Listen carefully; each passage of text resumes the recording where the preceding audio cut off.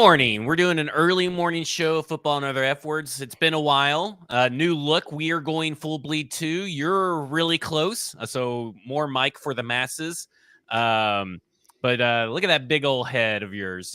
I mean, it's just it's ridiculous. big even when I'm far away, to be honest. Okay, so what is this this thing behind you over the Campbell? Who is this? Wait. Yeah, Earl Campbell. Okay. Titans Oilers legend, as well as Texas football legend. And then what's on the other side over there? This one here is Bruce Matthews, which you can't. Okay, really, gotcha. We can't really see it, but I just wanted the people to know that you got. There you go. Bruce Matthews, Earl Campbell. Where's your Yancey Thickpin jersey currently? Not hanging on the wall. It's in like some trunk of despair somewhere. Yeah. I like it. Trunk of Despair could be a name of a Titans F Words episode later. I'm going to write that down. Trunk of Despair. I like it. This is Football and Other F Words early in the morning.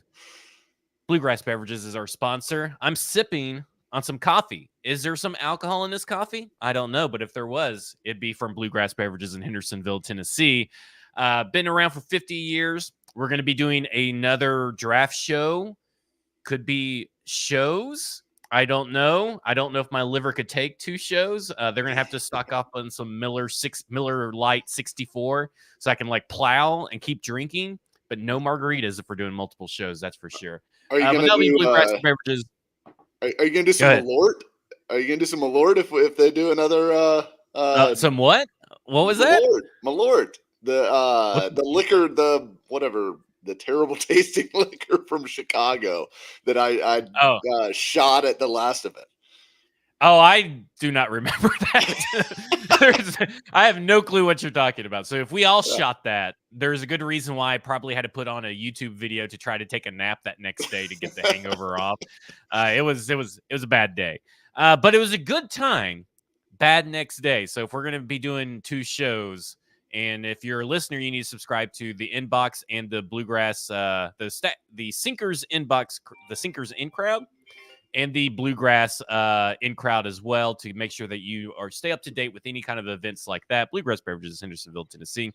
Mike, I got a question for you that's on the minds of everybody this morning. Whatever happened to Fairuza Balk? Vicky Valancourt from The Waterboy. Whatever happened to her? She was a smoke show back then. That's a good question. She was Vicky Valancourt was a heartthrob, man. Yeah, I mean, like, she was from the Craft, which is a very underrated movie from the 90s with all those witches. I think Neve Campbell's in it too. But just I saw a GIF pop up today, and I was like, I wonder what she's up to. So I wondered if you knew.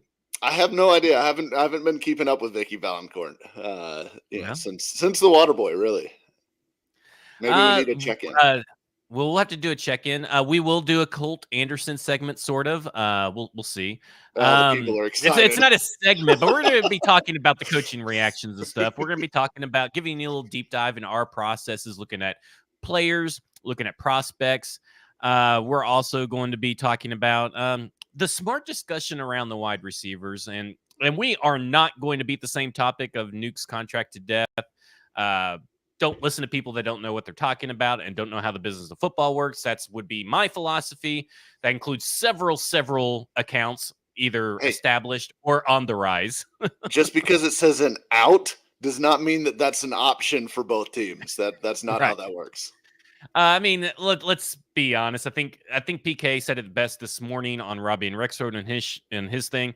What's the incentive for him to turn down $4 million extra, and what's the incentive for him to not get paid as much as he is getting paid this year? What's the incentive for the Titans letting him go? And I'll tell you, there is no incentive, and that's how the NFL works. Other than that, we're also going to talk about your article over at paulkarski.com. Speaking of Paul, and that would be regarding a realistic free agent haul for the Tennessee Titans. So that's something over at paulkarski.com, over at stackingtheinbox.com. I don't know what Trey wrote today. I haven't opened up my email. There's an article there, but yesterday we need to talk about the void years, the contracts that went up for those 4 players on Monday. That's up. And then also deep dive into the offensive staff. Tomorrow will be defensive staff. And I'm not sure what Stoney has up his sleeve for Film Friday. But I'll tell you what we do have up our sleeve is that me and Stoney next Monday night are going to meet up over at his house. Now, it's not going to be live, but it is going to be for Stacking the Inbox subscribers, where he is going to take me through his process of breaking down film on prospects. So he's going to take me through the process, and that'll be something for you guys at stackingtheinbox.com for you subscribers to watch and to kind of get a look behind the scenes of what goes into Stoney's process of breaking down prospect film. Something really cool that we want to do for the masses. Mike, anything else you got plugged? No, I don't think so. No random podcast appearance for you this week. I mean, you did podcasts all the time. Man, I did a lot of podcasts the last. Well, I don't know. There's like a week. I can't remember if it was last week or the week before, to be honest with you. But I did a lot of podcast appearances, and I was like, I started to like lose track of them, and then I'd get a message from somebody, and they'd be like, "Hey, are you ready to go?" And I'm like, "Oh shit, that's now." Yeah. I did a tour there for a minute. I don't know what it was. You were making the rounds, the press tour.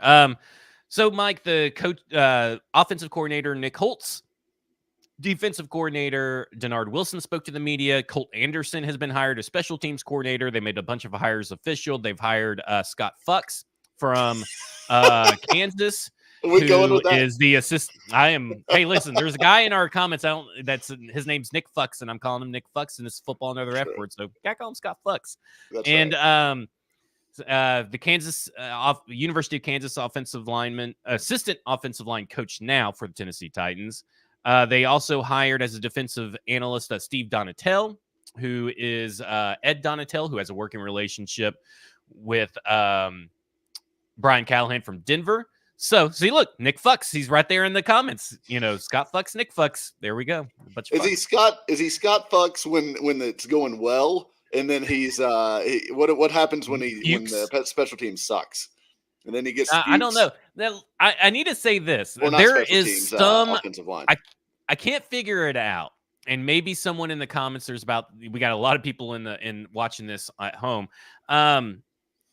There is a character of some sort, whether it's on TV show or movie, and his last name is Fuchs, and they call him Fuchs all the time, and that's what they refer to him as. And I cannot remember who it is. I don't know if it's a cartoon or something, but maybe someone can do it.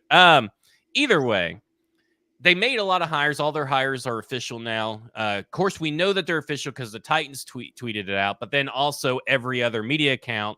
There it is, Barry. That's it. Yes, Barry Fuchs on Barry is who it is. It was driving me nuts. But either way, and then all the local media guys, they also tweeted it out because they can't help themselves and just retweet.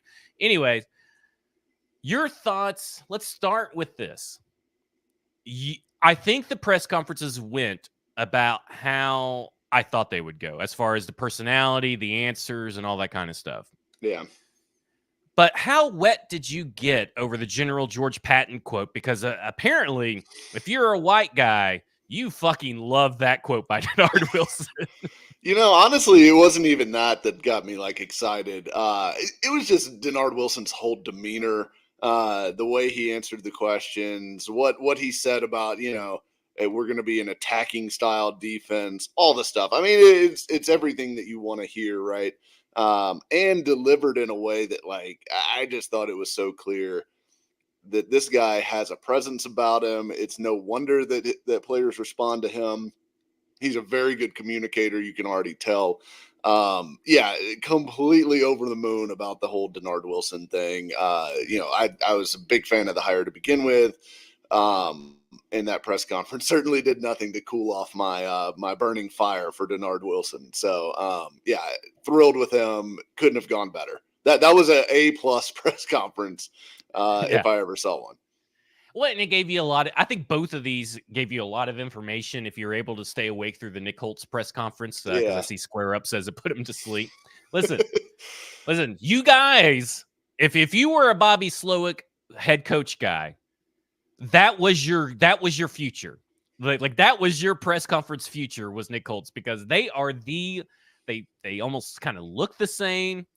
They talk the same, they sound the same, they have the same cadence. That was your future head coach in Nick Holtz. Now, press conference wise, Yeah. But I think they both gave away a lot of information. Brian Callahan is he's not a secret keeper. He's going to tell you everything, I think, mostly that you are going to want to know about the X's and O's and the process and the thought logic.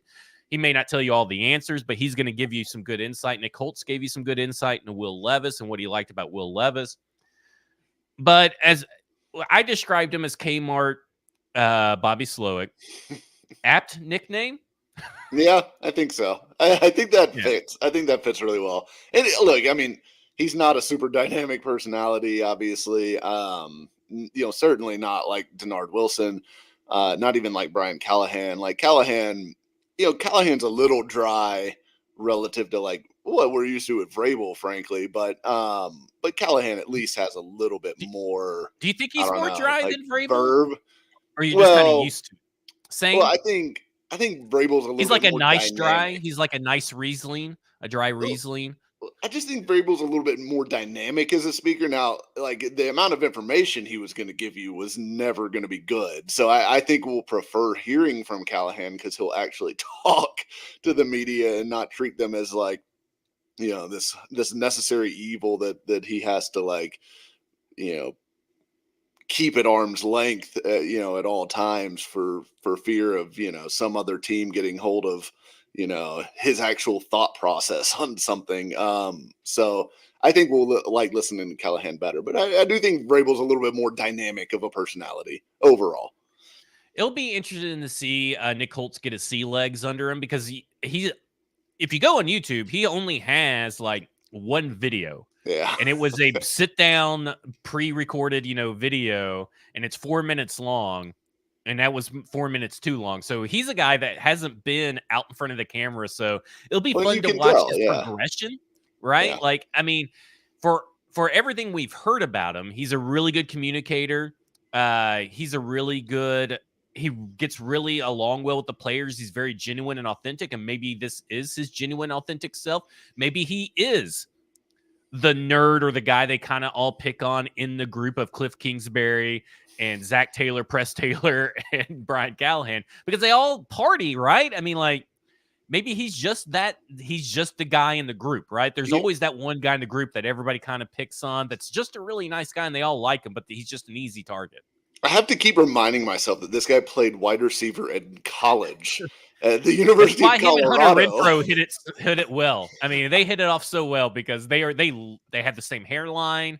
They probably they're probably, Hunter Renfrow and him are probably the same age. They're both 37. So, or 39, however old Hunter Renfrow is at the moment. But that's probably why they hit it up. But this good sign for Kyle Phillips, though, who's also got a receding hairline. But this is a good sign for Kyle Phillips going forward. A forgotten man in the wide receiver discussion, which we'll kind of talk about all that later. Colt Anderson is hired. I swear to God, I just banned this Cristiano FC who keeps asking us to see. He must have gone to a different YouTube video. So anyway, Colt Anderson hired for the Tennessee Titans as special teams coordinator.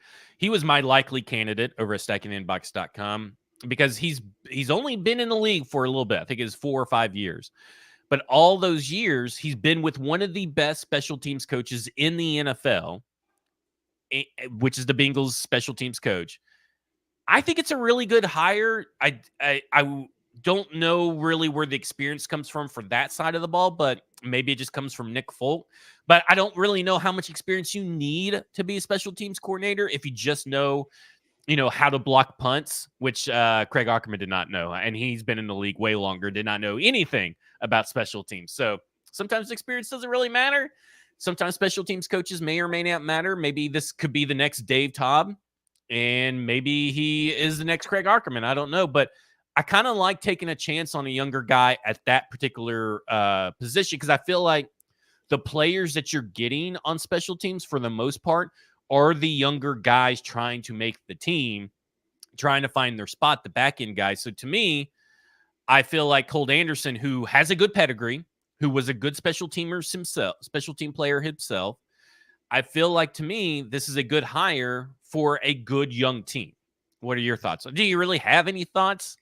I honestly don't have like super strong thoughts on Colt Anderson. I mean, look, he was he's not that far removed from playing in the NFL, right? I think he was with the Bills in 2017 was kind of his last stop, and I don't know if he tried to stick around after that or not.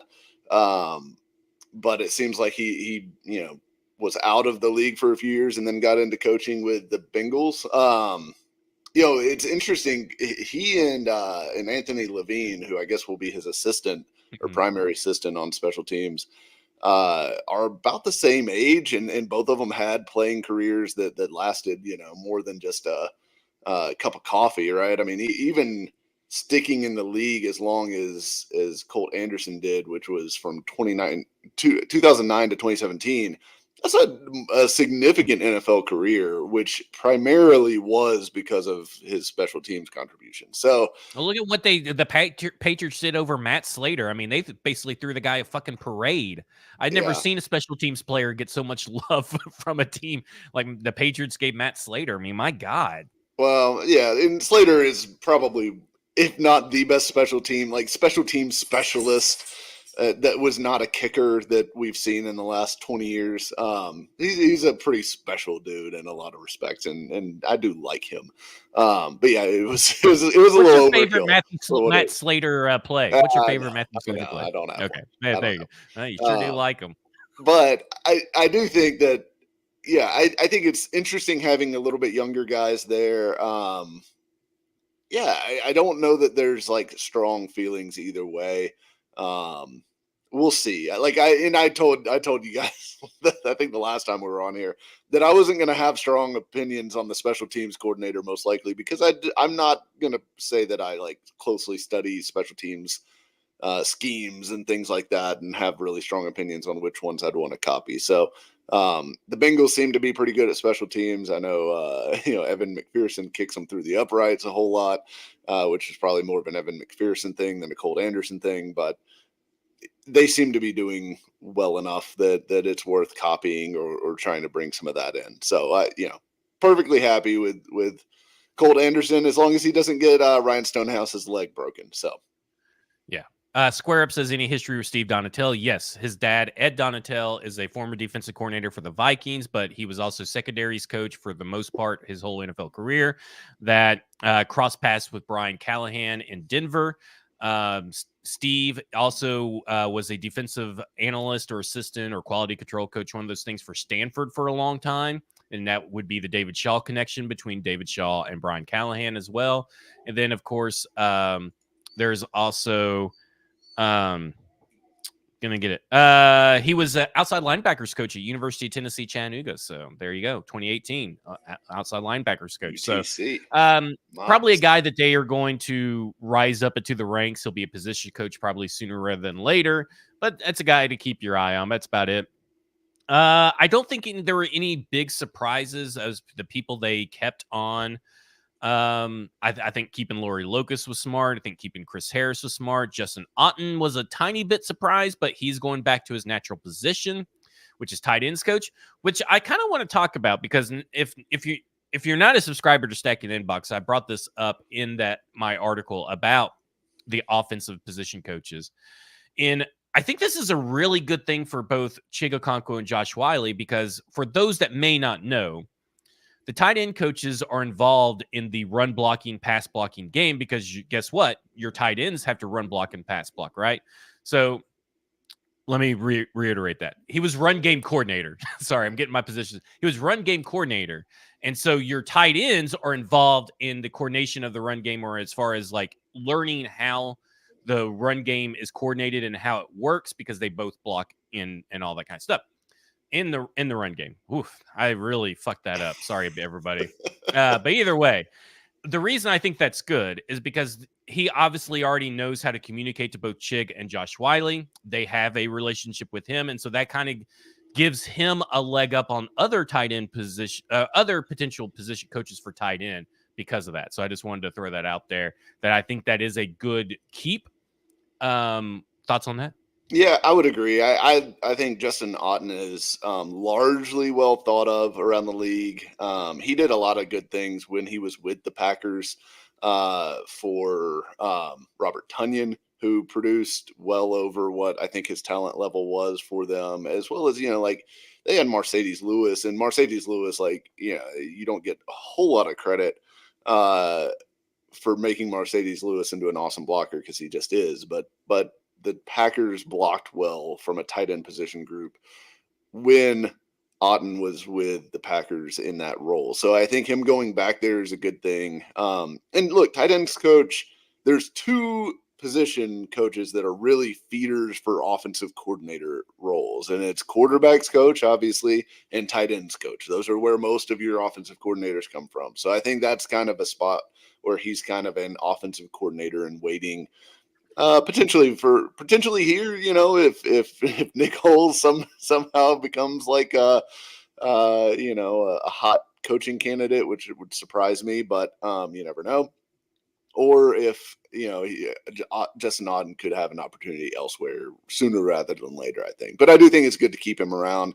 I also like that they kept Luke Stalker, who earned really positive reviews from what I understand as a coach. Is he coaching the fullbacks? No, he is. I think general offensive assistant. But I'm sure he'll be mostly working with the tight ends as well. He's going to be the goal line coordinator for the Tennessee Titans, just at the 1 yard line. Yes, well, this is the one we got to give it to Josh Wiley at the 1 yard line. That's exactly right.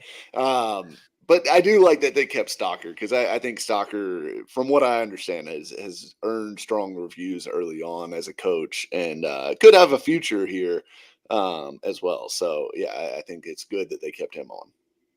They've hired Randy Jordan, who has the teams that he's been a part of as running back coach. They have drafted a running back in every draft except for one. So that's 9 out of 10, by the way.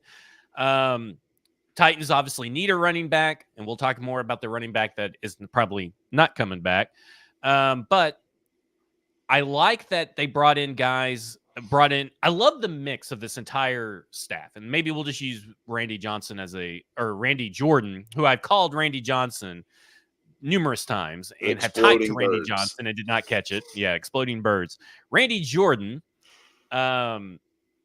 And I like that they bring in a couple of guys that Bill Callahan is familiar with, especially a running back offensive line coach tandem. I really like that.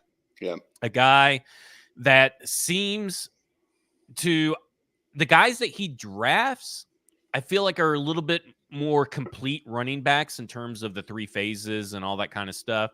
Guys that he famously drafted was Samaje Perine, who has turned into had like a second half of his career over at the with the Bengals and Denver and different stops. You also have Brian Robinson, Antonio Gibson, who's a free agent. And I don't know if he's on your article. I didn't bring cover Antonio Gibson back to Tennessee. I didn't cover running backs. Bring him. Because I got to like 5,000 words and I was like, I've got to stop. But I would say Antonio Gibson is somebody that I've thought about. Oh my gosh, I'd be so happy. Would be an interesting fit with Tyjae Spears because I think they're kind of similar-ish as far as what they can do. I keep saying this is what you want. Yeah, that you can just interchange. You want to have someone backs. that can do it all, and they both can do it all to varying degrees. Yeah, I would agree with that. So I do think he's someone to keep on the radar. I would certainly think that he would be an option. Although, like if you don't think there's a Stack in the Inbox article coming about Antonio Gibson where there's like 3,000 words about one of my favorite players that never gets the love that he deserves. I'm sure you're crazy. There will not be 3,000. Although there's a couple guys, and I think so. Gibson's one, and then I think Darnell Mooney is one. Your other boy.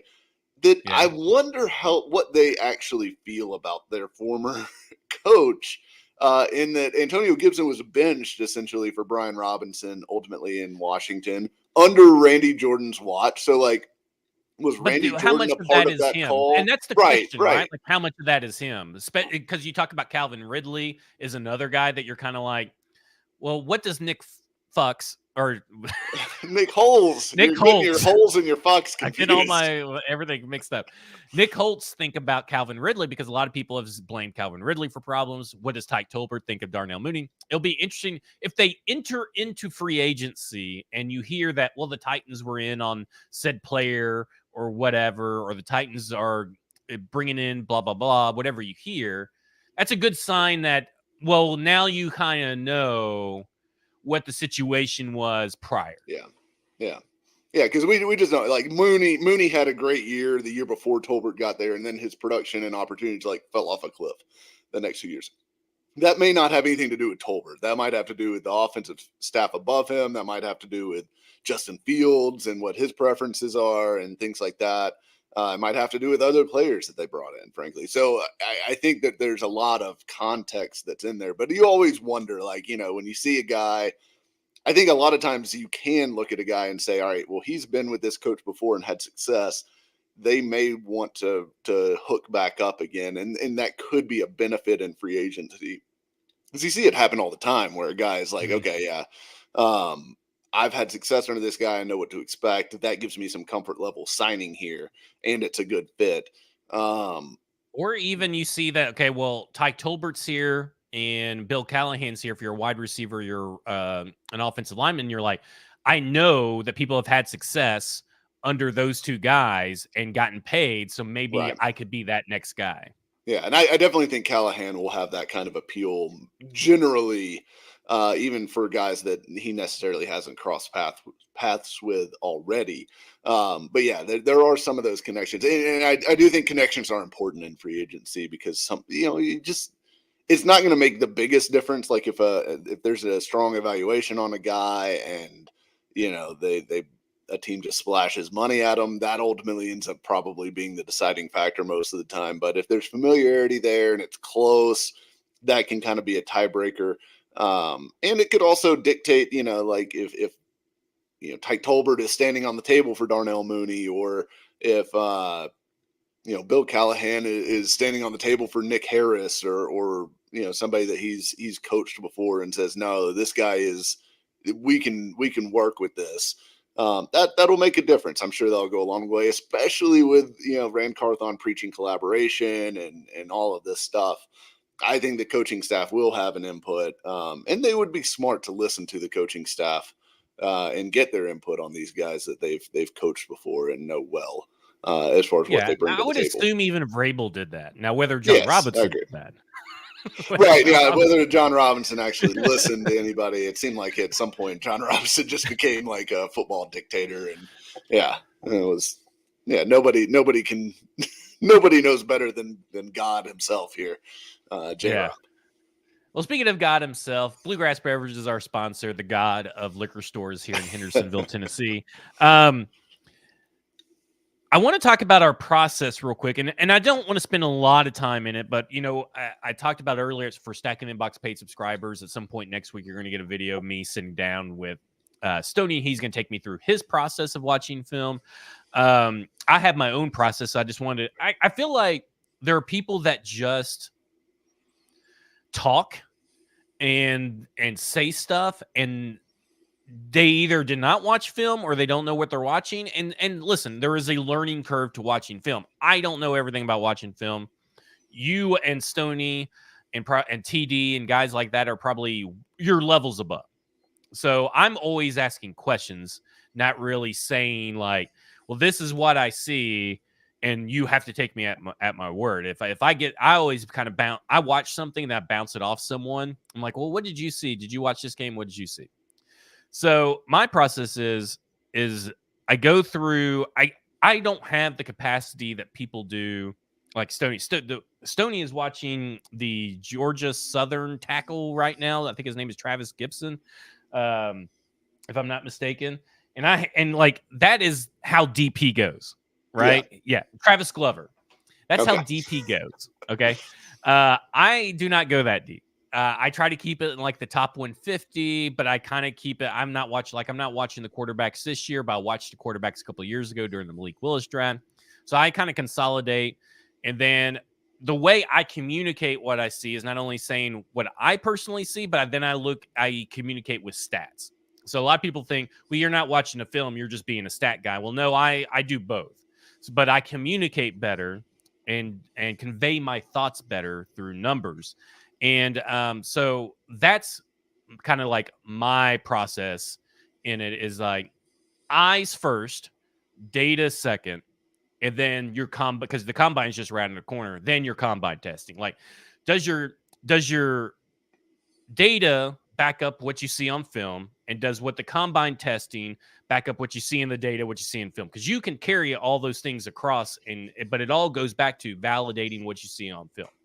Yeah, And that's definitely. how I do it. Yeah, and I feel the same way. Like from watching a film standpoint, from a player evaluation angle, yeah, to me, I almost prefer, or really not almost, I do prefer when I can watch a player without really having a ton of preconceived notion of like what that player is, because I do think we get into this echo chamber thing where you Mhm. have a few of the big voices on Twitter. And I think a lot of the people that talk about watching film and things like that, really what they're doing is watching clips that people compile on Twitter, and then Or they're and then reading the articles and acting like, and kind of conveying, they're like reading articles or other people's scouting reports. Cause I've seen that a yeah, lot lately. It's like, well, I've read this and I've read that. And so that is my opinion now, yeah, or yeah, that is yeah. a fact. So because I read it from someone else, that must be a fact. Yeah. And who knows who they read it from? And I don't have any problem with people listening to smart accounts or taking someone else's evaluation Right. and putting stock in that. But I just don't like it when people represent that as, well, I watched the film and this is my opinion, but it's really not. But it's really based on this other guy's opinion who actually watched the film.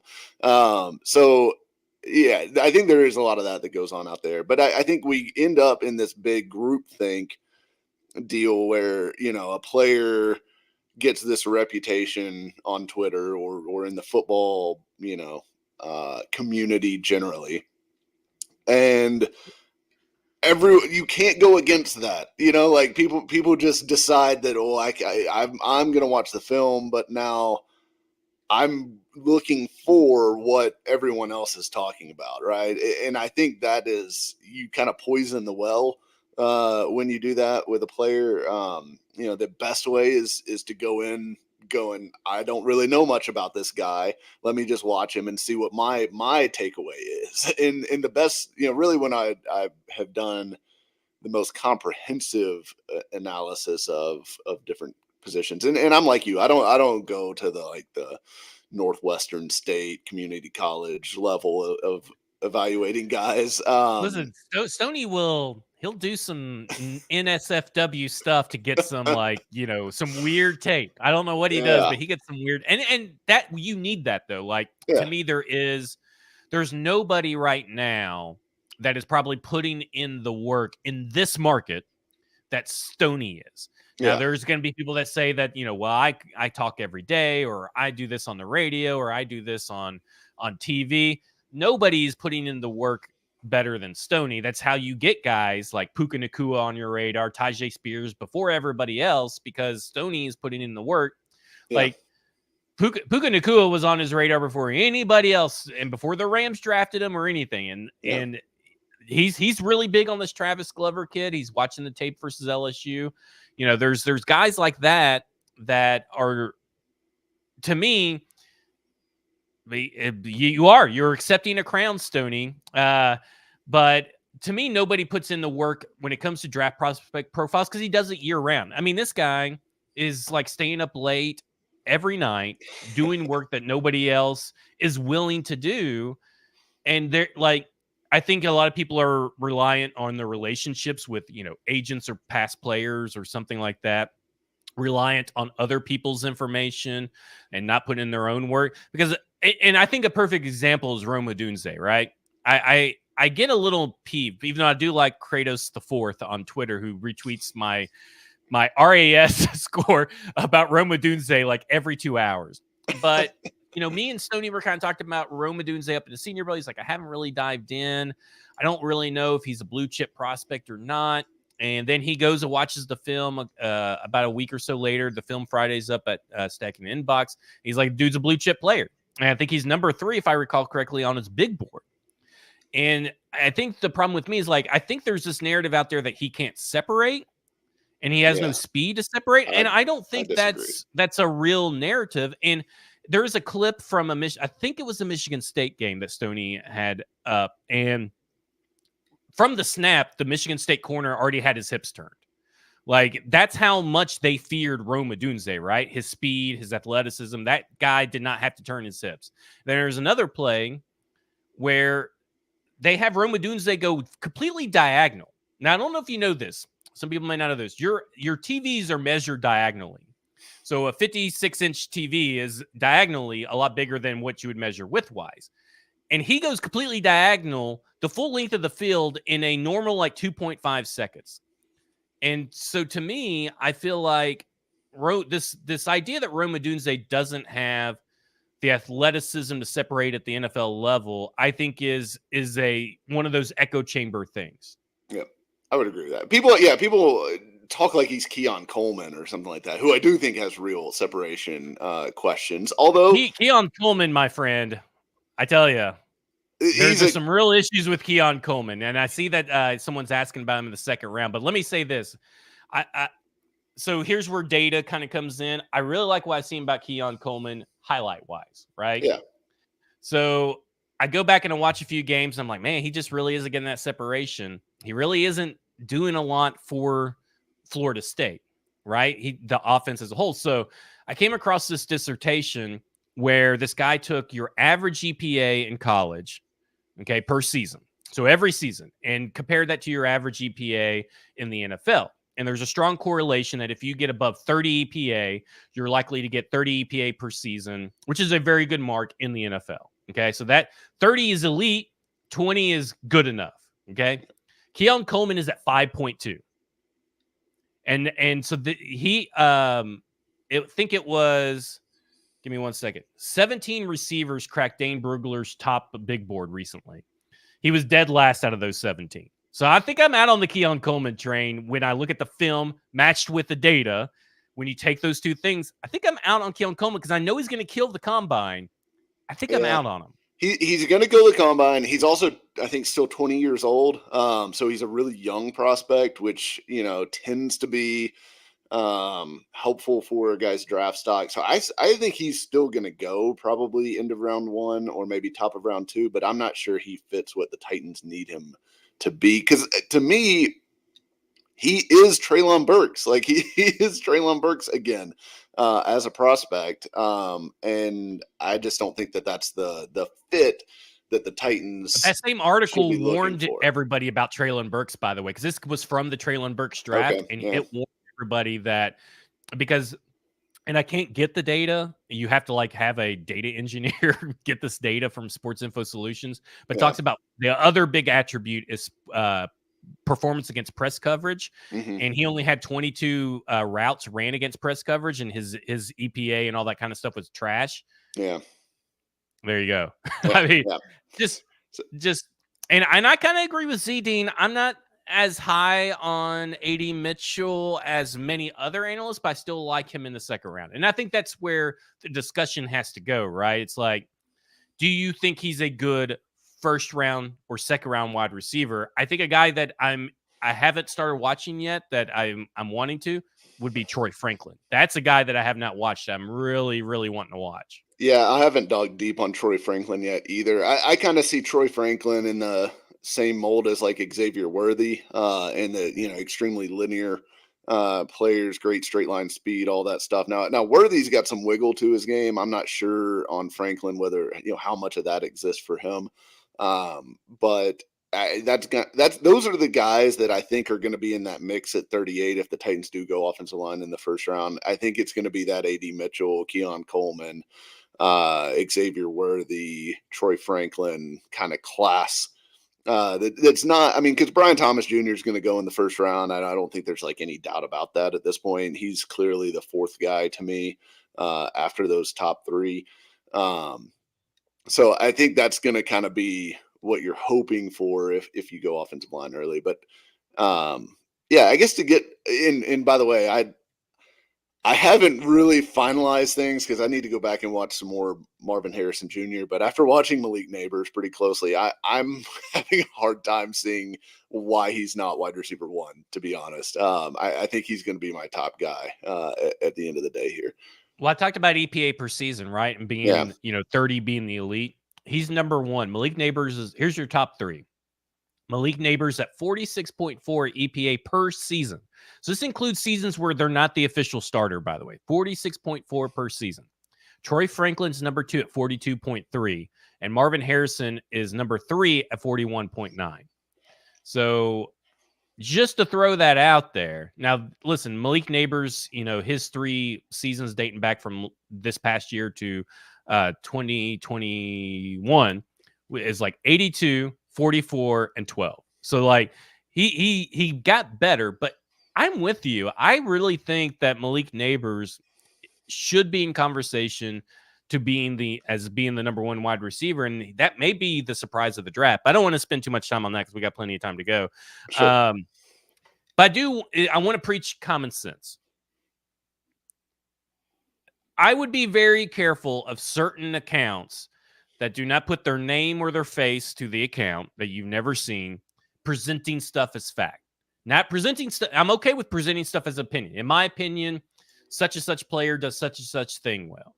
I'm okay with that. But people who present it as fact are very dangerous at this time of year and spread misinformation. So I just want you have to use some common sense when you're going through this. And I would just not interact with those accounts, because you're just going to, even if you're just tell them that they're, dumb or an idiot. And listen, I do it too. I do it a lot.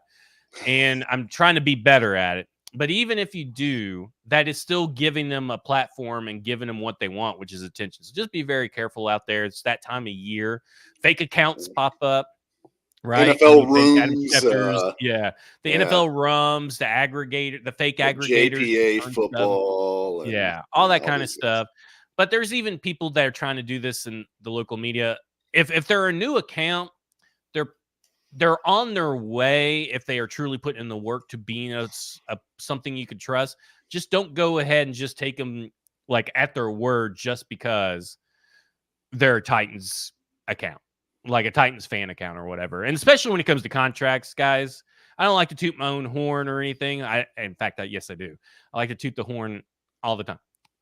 I'm just going to say it. I don't think anybody puts in the work or does the contract work quite like I do. Don't fall for the trap of these people who A to Z has hired salary cap gurus, and they said like Derrick Henry was like 2-year, $20 million deal. And I just wanted to drive wherever those 2 idiots are at. Not Zach and I don't think there's anybody in Nashville, by the way, but whoever these 2 idiots that they hired, and just destroy them because they're idiots. And then like it prevents everything to not send like a dissertation to Jared Stillman on 102.5, because that guy has no clue about the fucking cap and the stuff that he says, just says it's not real, Yeah. So just be very careful. There are very few people in Titans media that you need to trust when it comes to some of this stuff. And I think 2 of them are right here. Now toot our horns and I'll toot your horn for you. Thank you. Thank you. But speaking of all this misinformation and stuff, I want to talk about the wide receiver discussion that's kind of driving me nuts, but in a different way. Ayuk is going to play for the San Francisco 49ers. T. Higgins is going to play for the Cincinnati Bengals. I'm convinced there's no reason for it. Ayuk, if they get an extension done this year, they save about $10 million against the cap. So there's no reason that they couldn't get an extension done. And people who are like, whoa, what about the cap next year and all that kind of stuff? People will get cut over time. People will get restructured over time. Their cap is not what it is right now, is not going to be what it is next year by the end of this offseason anyway. They've got Brock Purdy. The salary cap hasn't even been settled yet. It was, everybody projected it at 252 or 255, right? And then it came down to 241 or 242, and now they're saying it's going to be closer to 250. Like, the cap hasn't been settled yet. Right. So, which I mean, in all that. And I don't know that number really matters that much, by the way. Like, because, I mean, at the end of the day, I think the Titans actually might benefit from it being lower, just because the teams at the bottom, will be more crunched, whereas the Titans, who are at the top of the salary cap available, that makes their dollars worth more relative to the rest of the league. When the rest of the league doesn't have any money and you've got a bunch of money, I think that's better than what the alternative would be if everybody's got money and you just have slightly more money. So I think ultimately it's better for the Titans if it's a little bit lower, even if everyone's going to want it to be higher because they want to see we've got $70 And million. it likely or will, whatever. because they do. Yeah, I think it will be. For those that don't know, they get the new media, they get all the rights and agreements in from the external sources of revenue, and then they sit down with the NFLPA, and they all have this big discussion and brouhaha about what the cap's going to be set at, and then the cap is set. And then, of course, every year the cap goes up and all the kind of stuff. So, in saying all that, Brandon Ayuk is going to be there, right? Like that to me he is their wide receiver one. And I think if you look at the targets over the last 2 years, look at the yards and all that kind of stuff, the data backs that up. He's become their wide receiver one, and he's a wide receiver one in the NFL. T. Higgins is a wide receiver too. So, here's where I want to take this discussion. Because there's a discussion out there that T. Higgins is this all-time great deep ball threat. He's better than Ayuk. They've been better since they both entered in the league. And me and you, we've both been fans of both when they were coming into the draft. But we were higher on Brandon Ayuk than we were anybody else. Mm-hmm. But we are higher on Ayuk than we were T. Higgins. Yeah. And we have been Ayuk fans this whole time. So when you talk about comparing careers, Ayuk has a higher yards per reception, an all-pro, a higher reception percentage, a higher yards after catch per reception, lower drop percentage, and a higher EPA per target and points earned per route than T. Higgins. There is nothing out there in my mind, data-wise or on film, that suggests that T. Higgins is better than Brandon Ayuk. Am I wrong in that? Absolutely not. And he's done it all catching passes from Jimmy Garoppolo and Brock Purdy, while T. Higgins has had Joe Burrow. And look, I mean, I think Brock Purdy's actually, a pretty good quarterback, but he's not as good as Joe Burrow. And I know Kyle Shanahan's a great offensive wizard and puts his players in position to succeed, all that. Guess what? So does Zach Taylor. I mean, it's not like the Bengals are struggling offensively or stuck with some archaic system. In fact, they throw the ball a lot more than San Francisco does. So there's more opportunities for Higgins to theoretically catch passes. I think Ayuk is Higgins has averaged more better. targets and more routes run during his 4 years in Ayuk. So that should tell you right there how the offenses are deployed over in San Francisco versus Cincinnati. Yeah, absolutely. And I mean, you look at, how those guys in the trajectory as well, Ayuk has been on this very clear upwards trajectory through his first 4 years. He stays on the field pretty much constantly. He's a hell of a run blocker. Not that we need to get off into that, tangent anymore, but he does all the stuff that you want him to do. He wins on routes. He never has to come off the field. Yes, yeah. He is, to me, the very clear better player overall than Higgins. And I get Higgins is bigger and all that, but I mean, I just really don't think that matters. And the reason we're discussing this, so I could just take a pause. Neither of these guys are going to be a two-tone blue. Okay, right. And we're nice, but I'm using this as kind of a tie-in back to looking at film, looking at data, and using common sense. Is that I don't understand this idea that Ayuk is not the better player. There's nothing that backs that up. I mean, even if you look at 2023, right? Just take 2023. Ayuk got less cushion from the defender, but had more separation. Okay? So he is better in that regard too. And this idea that T. Higgins is a deep ball catch artist, well, if you go back to 2023, so anybody that tells you that he is a jump ball specialist is just looking at a few highlights that he had. And that's not to say that he's not a jump ball specialist, but as far as being a deep threat, this idea that T. Higgins is a deep threat is he's got a 21.4% reception rate on 20-plus deep balls thrown his way, 12.5% contested catch rate, and a drop percent of 25%. That's horribly bad numbers for 2023. I mean, Gabe Davis has better numbers. Marquise Brown has better has better numbers. But Brandon Ayuk is 60% deep, 60% contested catch rate, and 11.8% drop rate. So he's better even deep than what people think. And he has a higher yards per route run, and he has a higher contested catch percentage just on all levels of the field. I just have never understood this idea that T. Higgins is because it's not about trading for him. It's not about the value that you have to trade for either of them. It's about just who's the better wide receiver, and it's clearly Brandon Ayuk. I mean, it is by a mile. Yeah, I think it's without a doubt. Like it's to the point where like it shouldn't even be a discussion. Even though I guess it is. But to get back to your original point, yeah, I don't think either one of these guys are going to be in Tennessee because look, the Titans are not in a win now spot, right? Like, I mean, this is a team that is building towards something in the future and trading draft They have assets. told you that it may take 3 years. Right. Trading draft assets for a guy like Higgins, just makes no sense to me when you should be trying to find your own T. Higgins in the draft. Somebody like an Adonai Mitchell or someone like that you can plug in and have on a rookie contract for the next 4 years and have an ascending talent rather than a descending talent over the course of his, next 4 years, which is what Higgins and even Ayuk likely will be before, they get to 2027, 2028. The Titans are not on like this. I went back through and part of my article, kind of the lead into my article for PaulKowarski.com today was looking at, all right, players who are guaranteed to be on the 53-man roster this season that are currently on the roster that are guaranteed.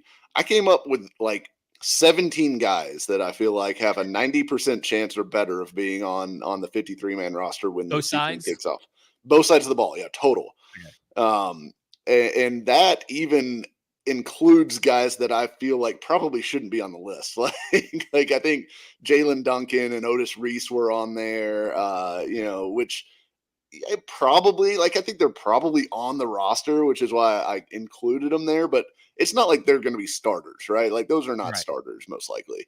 I came up with like 9 starters, I think maybe 9 or 10 starters that I feel like you can just say, all right, those guys are in place. So there's like 12 starting spots sitting there that have to be filled this offseason. This is not going to be like all right, well, the Titans are right back to, being a 12-win team next year. I just don't think that there's any way that that's happening. I think this is going to be a little bit of a build from where they are today. I think it's going to take them some time to arrive at their destination. So I don't think they need to be doing things like trading draft picks for, in their prime receivers to try to, jumpstart this thing. I think they need to be patient. You've got your veteran receiver in DeAndre Hopkins. Build around Will Levis with guys that are on Will Levis's timeline. I guess is my overall point. So don't be trading draft capital for guys that are expensive and are going to require top of the market money. Like it makes sense when I don't know, I guess teams like the Eagles do it, who have a good infrastructure and a good roster around, and they can just inject AJ Brown into it. But can I ask you a question? Yeah. About the Eagles, just real quick. By the way, Kevin Byard, cap casualty. Yeah, who could have predicted that? Right? Yeah, shocker. Maybe he'll want to sign back here. I should not bring him back because I know there are going to be people that are like, no, they should bring Kevin Byard on a cheap contract. No, they should not bring Kevin Byard back. They should not be looking to the past. They should be looking to the future. Exactly. They need to be signing in the guys that they should be targeting in free agency. And I put together like a projected signings list, which if you want to, we can talk about who's on that list just to go through it if you want. But out of all the guys that were on that list, I think I had 2 guys out of the 9 who were like 29 or above. Everyone else was younger guys that are, in their prime, or, hopefully even like Patrick Queen, 24 years old, just entering his prime, really. Like those are the guys that they need to be targeting in free agency, not trying to grab a bunch of 30-something dudes that are at the end of their careers. Because what's the point? You're going to get 1 year out of them on a 7-win team, and then what? You get nothing. So yeah, that's just not that's not the direction they need to be going. Like you said, forward, not backwards. So let me ask you a question, because we're talking about these wide receivers and free agents and stuff. Yeah. And people don't like Gabe Davis. Yeah. But if you're looking at these three wide receivers, Gabe Davis, Marquise Brown, Hollywood Brown, and Darnell Mooney. Yeah.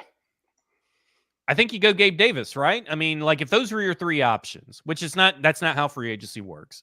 But if those were your three options, it's Gabe Davis all over those other two, right? I mean, he's 6'3", 228. He's a deep ball threat. He's really good at the deep ball, and he's better than Marquise Brown at the deep ball as far as attacking the ball and getting reception and all that kind of stuff. Because Hollywood Brown, he's fast, but he doesn't really fit what Brian Callahan has necessarily. He's so small. And I don't feel like that's what Brian Callahan wants to have. So I feel like, to me, this is here's my flag I'm planting. Hollywood Brown is not coming to the Tennessee Titans. He does not fit what the Tennessee Titans wants, and he's not that good. There you go. There's my flag. I think he is pretty good. I don't think he's elite or anything like that, but I think he does, a few specific things pretty well. I think his speed would be a huge deal for this offense, which is the one reason why I'm very intrigued by him. But I do agree that people are sleeping on Gabe Davis to a large degree, because I mentioned this in my article for PK's website. Gabe Davis doesn't have like the speed, at least as far as like the Hollywood Brown type of speed. Like, he's not a 4.3 guy. He's like a 4.5-6 guy, but he's won vertically consistently for the Bills. He's been their deep threat and successfully done that. And he's been extremely consistent. He's also another guy like Patrick Queen, who's just 24 years old. So just now entering like his physical prime, has some upside, because if you look at his usage across from Stephon Diggs, and a guy that like soaks up 160 something targets, he has some projectable upside still, which is rare for free agents. So I do think people are sleeping on Gabe Davis a little bit, and I do think he would be a good fit, particularly with what Brian Callahan has typically preferred, or at least what he's typically worked with anyways. We don't necessarily know that was his preference, but it's been what he's been successful with, so you would imagine it would be at the wide receiver spot, because you even go back to like those teams that he was with in Denver with Peyton Manning, and Demaryius Thomas was their best receiver. Now, they also had a lot of success with what was the Emmanuel Sanders with that team, who would be more kind of in that Marquise Brown role. So I know he's seen it worked before from that standpoint, but I do think, he's going to want guys that win outside the numbers, and that is what Gabe Davis does. So now Gabe Davis is a little bit limited in that he's like, not the best separator in the short and intermediate areas and things like that. But, you have DeAndre Hopkins to give you a little bit of that. You can maybe find that in the draft as well, because this is not going to be a either or thing. This is going to be an and thing as far as drafting and getting a free agent wide receiver, because you cannot go into 2024 relying on a Treylon Burks breakout that we have seen zero signs to believe is coming to make your wide receiver group passable, right? Like, you've got to go sign somebody, you've got to go draft somebody. And if Treylon Burks turns it on and makes one of those guys, sit on the bench, great. That's great. But you cannot go in assuming that's going to be the case, or assuming that he's going to give you anything more than, a few hundred yards and some disappointing drops. Yeah, I don't, because there's a lot of people that say Gabe Davis is limited. I don't think so. I mean, you're talking about a guy that has a 62.2 reception percentage. Sorry, that was from 2022. But still, I mean, he has high reception percentages from the short, medium, and deep. He's got really high marks and all that kind of stuff. I don't find that Davis is as limited when you're taking also into account what he costs you as a team. And I think Zedine said it best. I could see Gabe Davis having similar production as a T. Higgins for a fraction on the cost, and maybe there is similar production that could be had there. I think T. Higgins is better than Gabe Davis for the record. I don't want people to misconstrue that. But I do think that when you take into cost for a team that is kind of where they're at and that T. Higgins is not available. So when T. Higgins is not available, you got to maybe you find T. Higgins 2.0 or T. Higgins Jr., Diet T. Higgins, however you want to call it. And then you go Gabe Davis. So that's kind of where I'm at. And I know a lot of people are like, well, his yards after catch aren't that great or whatever. I don't know if that necessarily means anything for this team anymore. I don't think total yak yards matter. Yak per reception maybe does, but in total yak yards, I don't think for these guys that are bringing in, for these guys making the decisions in the front office, I don't feel like these guys are really worried about how much yak a guy has. They're worried about, and Gabe Davis has shown this in playoff games, can you be the guy in the final minutes that gets us the yardage or the touchdown that we need to win a game? And Gabe Davis is kind of that guy. Yeah, so I'm a little torn on Davis because I do think that I don't think he's a complete receiver, and I don't think that there's any scenario where you sign him and then when Hopkins, his contract expires at the end of next season, that Gabe Davis is your wide receiver one and you're really happy about that. Well, no. Like, Gabe Davis is not the solution to anything. Correct. So I think that there's limits to, because I think Higgins does have that kind of upside. And I know you're not saying that he's better, but I think that there's a distinct like tier difference there. And I do think Davis some of his efficiency metrics are concerning, like his yards per route run are not good. And that's been pretty consistent over the course of his career. And I wonder how much of that is what he was asked to do and how he was asked to do it in the Bills offense, because he was the deep threat. He was, largely, asked to run clear outs to get, help get Stephon Diggs open and help get, Dawson Knox open or help get Dalton Kincaid open, that kind of thing in those intermediate routes. So like, I think that there's some aspect of that you wonder like, okay, well, if we asked him to do more, could he do it?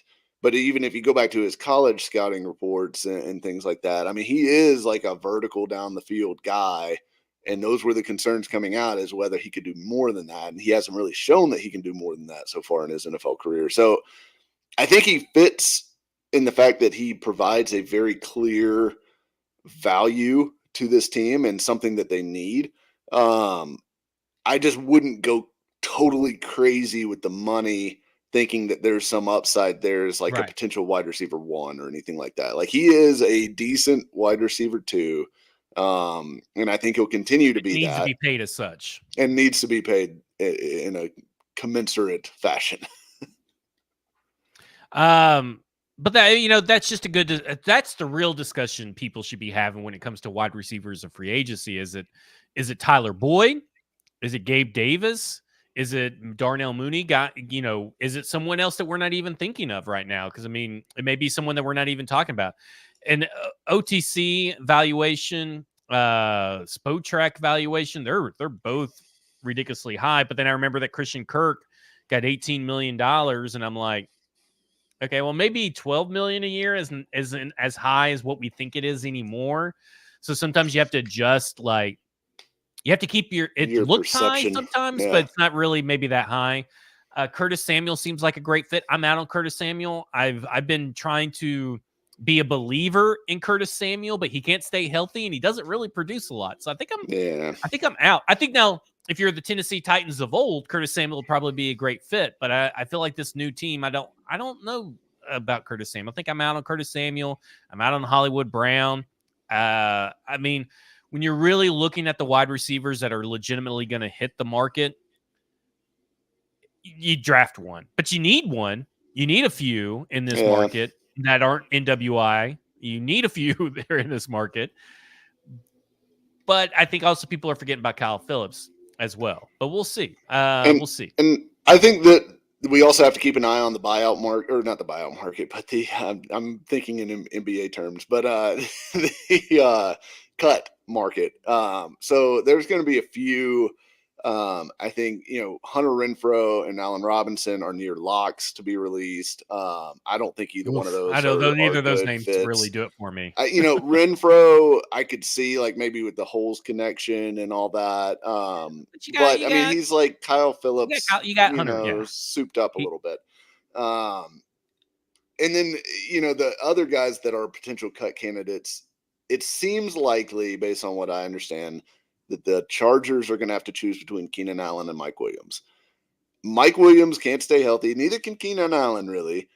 But I would kind of have some interest in Mike Williams if he became available, more so than Allen, just because Allen, he's going to be, I think, 32 or 31 or something like that. He's getting up there. I'm not really interested in signing additional older receivers, although Mike Williams is actually older than you think, because I think he's like 29 himself. But I'd have some interest in Mike Williams on a shorter term deal. And then the other decision is going to be the Broncos. And I think it's not really a decision, but it's unlikely that Tim Patrick and Cortland Sutton are both back in Denver. My guess is Tim Patrick is. This was a couple years ago. I'd been on the Tim Patrick train for, but he's injured. So he's been injured for 2 straight years now, I think. Yeah. And so there's going to be one of those guys likely on the market. It's possible Cortland Sutton also gets cut. But he seems more of like a potential trade piece. And I just don't. Yeah, good luck. Those guys are so unrealistic in Denver. Yeah, and I'm just not. Yeah, this is the same team that was trying to trade Jerry Jeudy for a first-round pick. All the way up until like a few months ago. For him. Oh my God, what a nightmare that would have been. The Morning Glory show says rumor, and I've seen a couple people mention Zay Flowers in relation to Hollywood Brown. Zay Flowers had, I think, 30 pounds on Hollywood Brown. They're totally two different style of players. Yeah, he's bigger. I don't know who said that, but rumors were Rand loves Zay Flowers, and it felt like Hollywood, Samuel, and Mooney fill that mold. This is from the Morning Glory show. Zay Flowers, the prospect and the player that we saw in the NFL last year, is light years ahead of any of those guys, in my opinion. Like, I wouldn't see Hollywood played a totally different style. Samuel's never been as good as Zay Flowers is, and Darnell Mooney is not in the same style, in my opinion, of play. I will say, Flowers, I just looked it up. The Flowers in Hollywood are about the same size, but build wise, you wouldn't think that. Same height. Flowers. Well, no, same weight too. No. Hollywood Brown was 166 or something like that, and Zay Flowers weighed 182.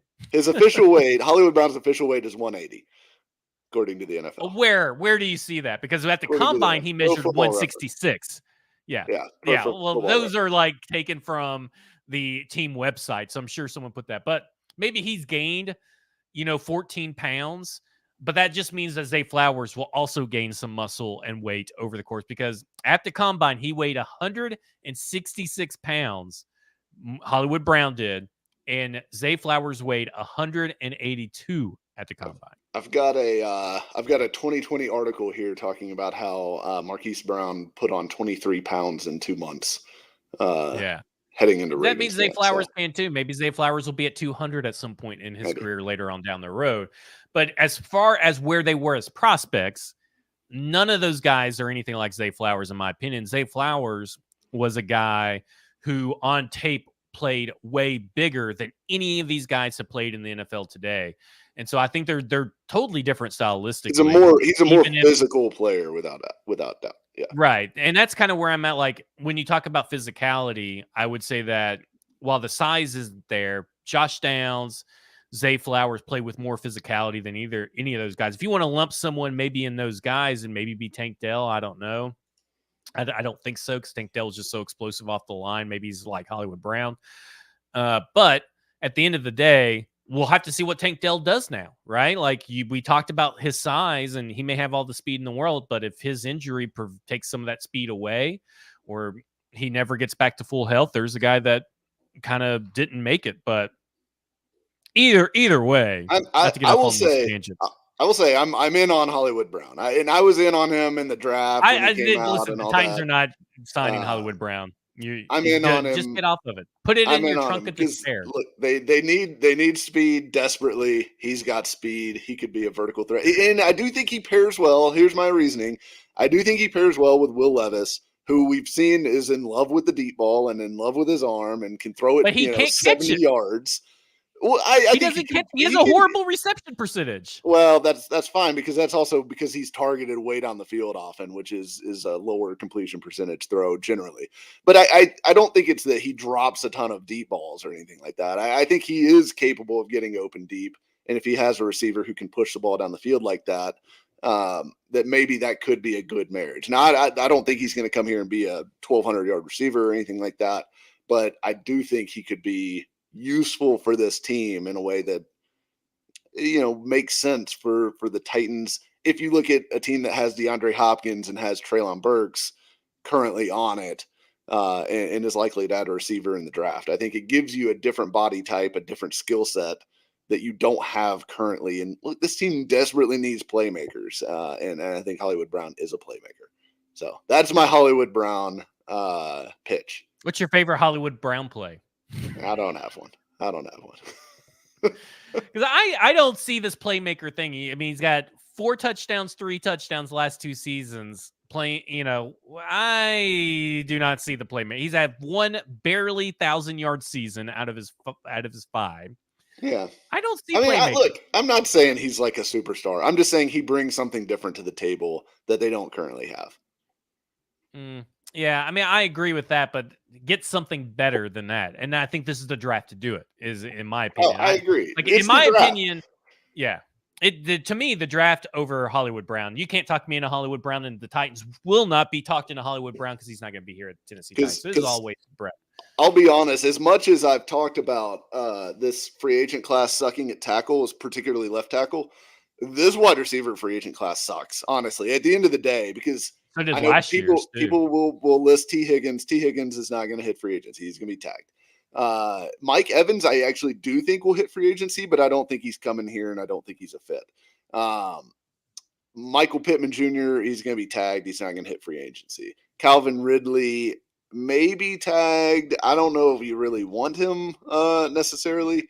But then after that, it just falls off, and it's your Gabe Davises, your Hollywood Browns, your Tyler Boyds, your Darnell Mooney. These are your guys that really don't move the needle. Yeah. If Nick Holtz wants Calvin Ridley, yeah, then I'm willing to give him a pass. Then I'm in. Yeah, that will tell you everything you need to know about Calvin Ridley. So that I'm in on that.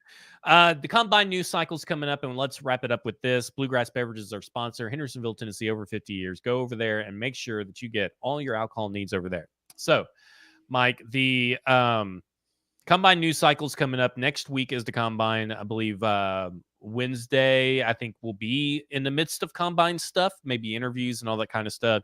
But the Combine news cycle. And this ties into, the reports of Derrick Henry being traded, right? Kate popped up last year. You had other stuff that popped up throughout that year. Be very careful about the Combine news cycle because there's going to be a lot of rumors, but the Combine news cycle, if you hear something from a reliable source,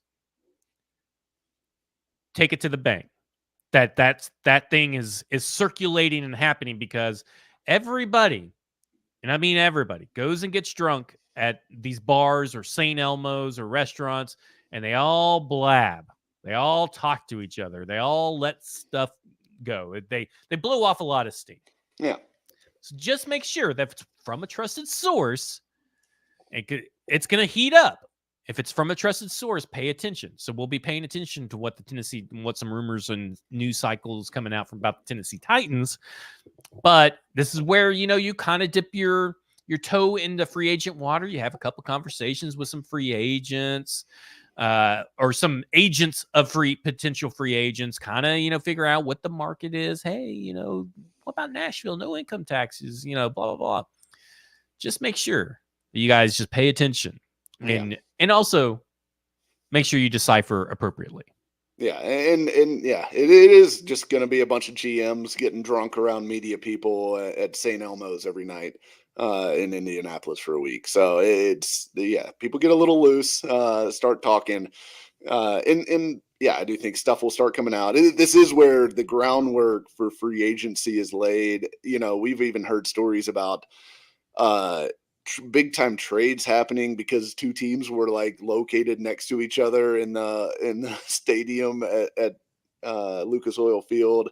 And they were just talking next door, and then a trade ended up coming out of that. So it is kind of this big mixing pot event for the entire NFL, where a lot of business gets done, or at least gets started at the combine. And I think I find the combine very interesting for certain position groups, namely tight end, edge rusher. Combines are tiebreakers. Those are the so everybody needs to know tackle. This. Combines are tiebreakers. No one really shoots way up a board. Nobody goes from a fourth round to a first round because of the combine. But I Combines do think are tiebreakers. Sometimes you'll see a guy and you're like, man, he looks athletic on tape, but it's hard to like quantify, like, well, okay, what is that? And then you see the combine results and you're like, okay, wow, yeah, that guy's a freak. So I think it can confirm kind of what you see. But if the tape totally doesn't match, like if a guy has bad, slow tape and then he runs really fast at the combine, maybe you go back and look again, or ask around if he had an injury or something like that that he was playing with that wasn't reported. But for the most part, you're just confirming or doing stuff like that. It shouldn't wildly change your opinion of guys.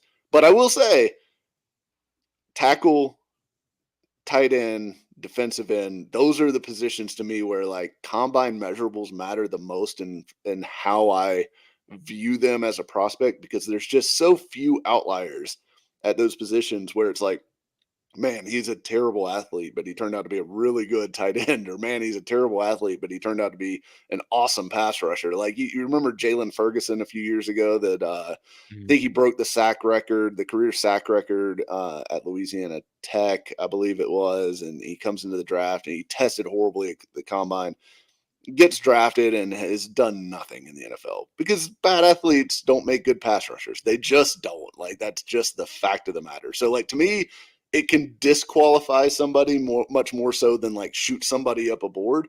But it'll be interesting nonetheless to kind of see how that all shakes out. There's a few exceptions at tackle, but most of your tackles are like 80th or 90th percent RAS guys. So I'm excited for RAS week next week. Yeah.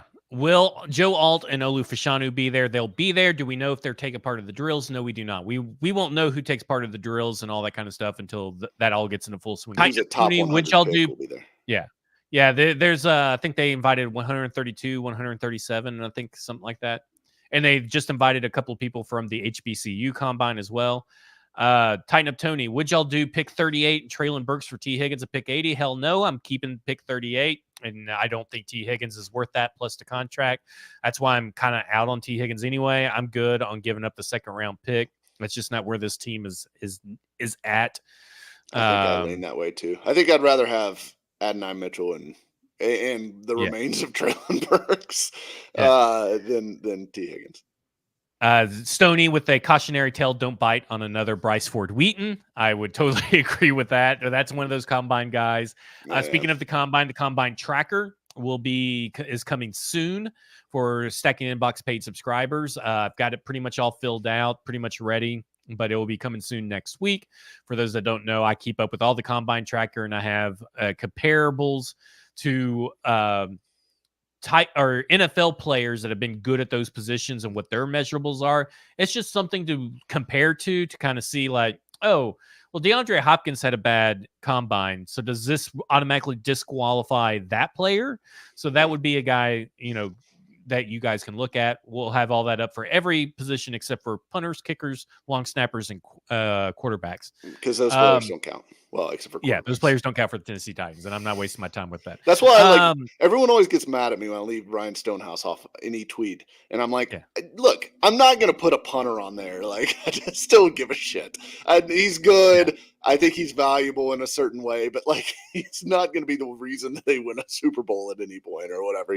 Like, come on, man. Real quick.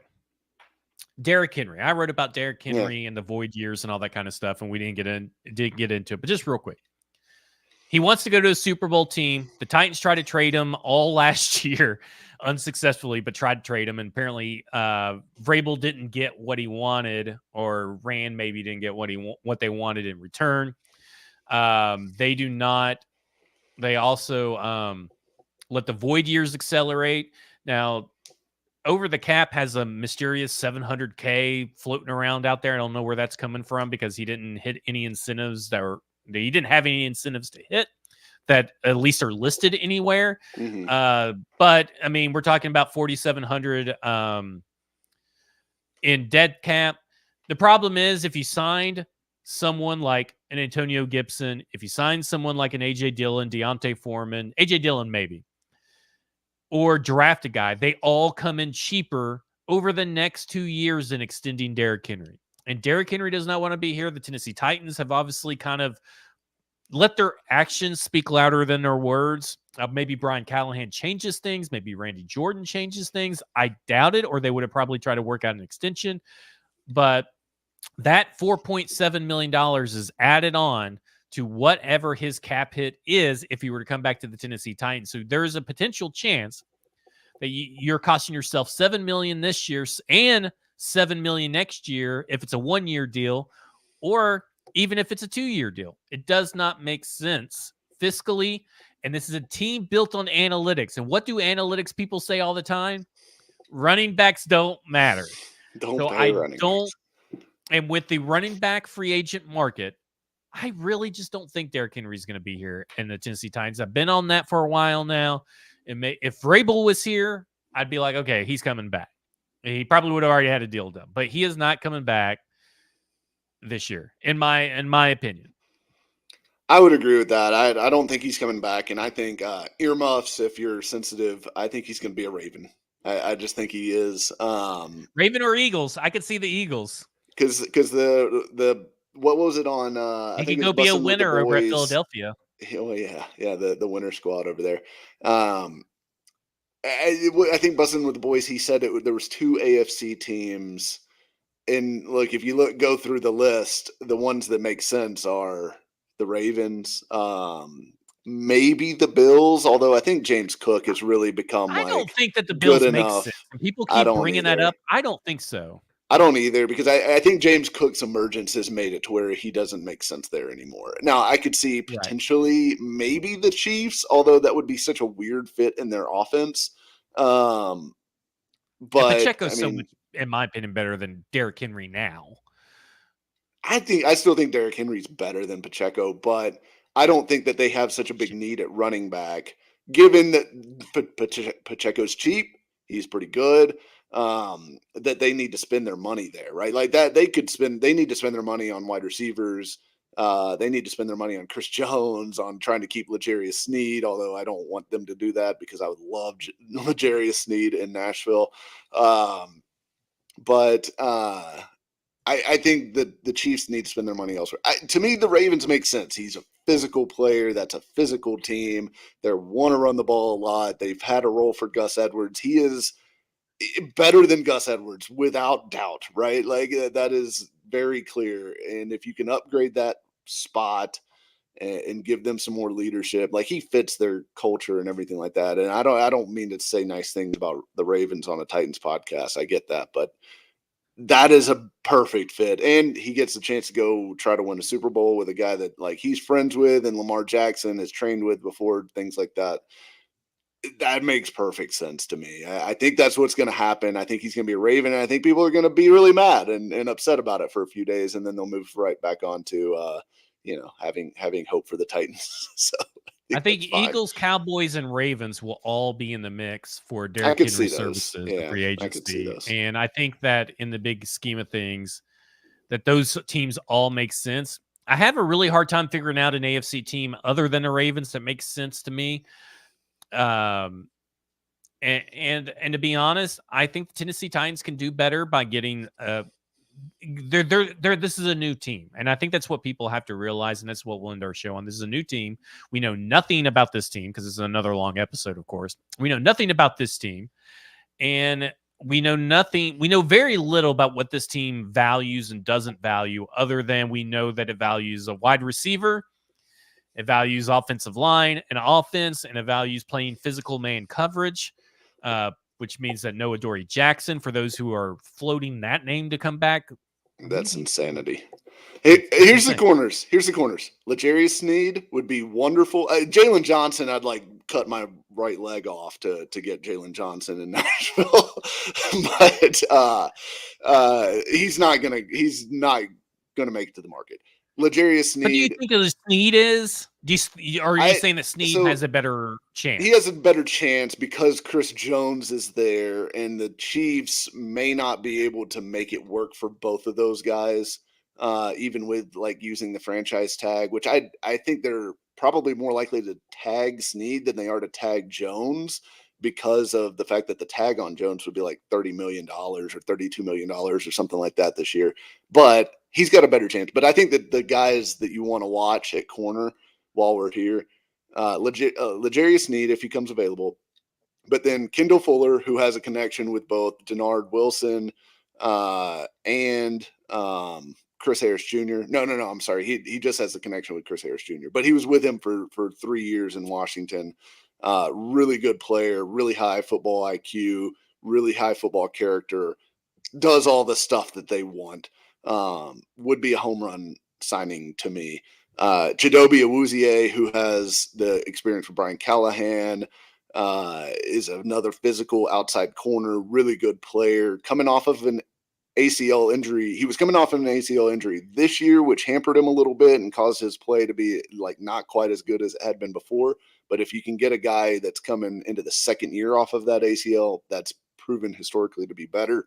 I think he's a good buy low candidate because of that. And then the other guy that I'll throw out there is Ronald Darby. He's not super exciting because I think he's 29, but as like a guy that you could throw a 1-year contract on and settle one of those corner spots. He's been really good and really consistent for a long time, and he does have experience with Chris Harris Jr. I'll throw out another name out there for you is Emmanuel Moseley, who I thought I had him. He's a guy that I thought the Titans should have brought in last year, who has a Rand Carthon connection. Now he is coming off an injury, so this may be a buy low candidate. But I think that if you like walked away, let's take Sneed off the board. Let's take Jalen Johnson off the board. If you walked away with a Chidobe Awuzie and Emmanuel Moseley, I'm feeling pretty good about what that is compared to last year. Even if you throw in maybe a Kendall Fuller in place of one of those guys. If you could get a Awuzie and Fuller, I think you're set at corner. I think you're great. But this is a really good corner draft as well. In my opinion, this is a really, really good cornerback draft. And I'd slightly prefer Ronald Darby to Moseley simply because Mosley's coming off of his second straight season with a torn ACL. So he tore his left ACL in 2022, and then he came back and in the first game back tore his right ACL in 2023. And so I think he's likely to miss some time heading into the first month of the season. So to me, that's kind of and there's also like a big injury. Like, is he still going to have juice coming back from that and all that too? So I think there's questions there with the injury stuff that make me a little bit more hesitant on him compared to a guy like Ronald Darby, who has been on the field more recently and things like that. But I do think Ahkello Witherspoon is a guy that I think everybody should put on their radar as well. He was pretty good for them last year. I was a big fan of his. He also has a Rand Carthon connection. Okay, I was a big fan of his coming out of the draft, so I'm in on any Witherspoon addition. I think this is a good, super long. It's a really good offseason, in my opinion, when you take into account the draft and free agency to fill a lot of the holes long term that this Tennessee Titans team needs. I think it is on defense, except for one spot. Inside linebacker is terrible. No, it's a terrible time to need an inside linebacker right now. For the draft or for free agency? Because I think free agency is actually good. But you're not going to get Patrick Queen. I mean, unless are you going to spend the money for Patrick Queen? That's probably going to take. Yeah, he's 24 years old. He's never missed an NFL game. His production is on a very clear upward trajectory. I also think Jordan Brooks makes sense. I would like Jordan Brooks here. I don't know whether he'll hit the market or not. I would like Jordan Brooks here. Azeez, I would certainly bring back. I'd be open to that. I'd like a guy like Drew Tranquil, Willie Gay, Josie Jewell. I would even be willing to entertain as like a guy paired with an Aziz. But you need two. You need two. You do need inside two. linebackers. You do need two, and you need two But in free agency because you're not going to draft one that you're going to plug and play most likely. That's where on I day think three. it goes for me, is that like you need two players. Yeah. And I think that's going to be really hard to do in this free agency class. Yeah. I mean, I could see that, but could you bring back Aziz and also get Patrick Queen? I think you could. Yeah. And I think that would make a really good combination too. My God, that would be light years. I wouldn't know what to do. Wouldn't know what I'm watching. Yeah, it would be a lot of fun. So I actually think inside linebacker is good in free agency. I think edge rusher is a good spot in free agency to address because I don't think that Nico Autry is probably going to come back. All right. We got another episodes to go. Okay, we gotta get out of here. We got a couple weeks for free agency. We could talk about more free agency stuff. We're just I'm all gassed. That's what I called it. That's why I called this podcast just two dudes talking football, because that's what we did. We just covered a variety of topics. Bluegrass Beverages, thanks to them for being our sponsor through these long drawn out episodes. I swear to God, I am trying to get 1 hour episodes done, but it does not look like that's going to happen. It is the off season, and somehow we have longer shows in the off season than we do during the regular season. For Mike Herndon, at Mike Herndon NFL on X, I'm Zach Lyons. You can follow me on X at FWordsPod. This has been Football and Other F Words. StackingInbox.com, PaulKarski.com. Go subscribe. And you have just been effed.